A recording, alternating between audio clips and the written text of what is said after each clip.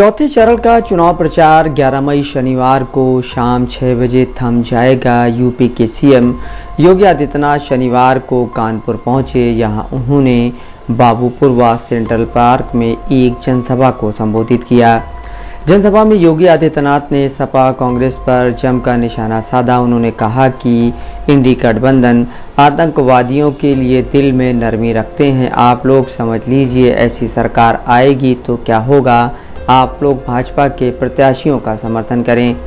उन्होंने कहा, इंडी गठबंधन को भारत के हितों की नहीं, पाकिस्तान के हितों की चिंता होती है। अब देश में कहीं बम फट जाता है तो पाकिस्तान सबसे पहले सफाई देता है।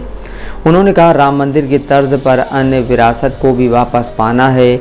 आत्मनिर्भर और विकसित भारत की परिकल्पना को पूरा करना है। सीएम योगी ने कहा, कांग्रेस ने इससे पहले कहा था कि राम हुए ही नहीं, कृष्ण भी नहीं हुए। सपा सरकार में राम जन्मभूमि पर गोलियां चलाई गईं, मुकदमे वापस लिए। आप बताइए, जो लोग भारत देश की सुरक्षा से खिलवाड़ करने वाले क्या सत्ता में आएंगे। बहन और भाइयों, इंडी गठबंधन अपनी नकारात्मक राजनीति के कारण लगातार अपनी विश्वसनीयता को खो रहा है। कांग्रेस हो या सपा, इन दोनों की नकारात्मक राजनीति है। ये लोग भारत के हितों की नहीं, इनको पाकिस्तान के हितों की चिंता होती है। इन्हें भारत के अंदर आतंकवाद और नक्सलवाद की समस्या का समाधान का चिंता नहीं, इनको तो आतंकवादियों पर दायर मुकदमों को वापस लेने की चिंता होती है।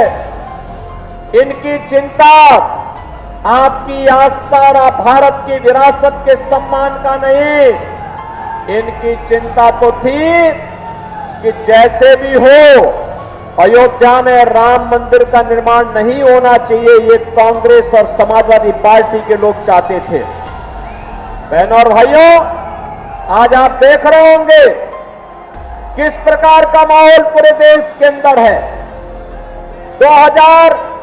2014 के पहले देश के अंदर विस्फोट होते थे, आतंकी विस्फोट होते थे, निर्दोष लोग और जवान हमारे शहीद होते थे। 2014 के बाद कहीं आतंकी विस्फोट सुना आपने?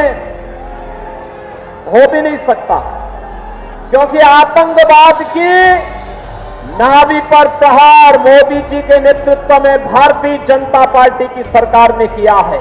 लोकसभा चुनाव के चौथे चरण के प्रचार के अंतिम दिन सीएम योगी बाबूपुरवा सेंट्रल पार्क के दुबई नगर में कानपुर लोकसभा प्रत्याशी रमेश अवस्थी और अकबरपुर सीट से प्रत्याशी देवेंद्र सिंह भोले के पक्ष में जनसभा करने पहुंचे थे। सीएम योगी की जनसभा मंच में तृणमूल कांग्रेस की प्रदेश अध्यक्ष प्रेमलता समेत छात्र संघ नेता पीयूष सिंह और आलोक पांडे अक्खड़ भाजपा में शामिल हुए। क्षेत्रीय अध्यक्ष प्रकाश पाल ने पटका पहनाकर सभी को बीजेपी की सदस्यता दिलाई।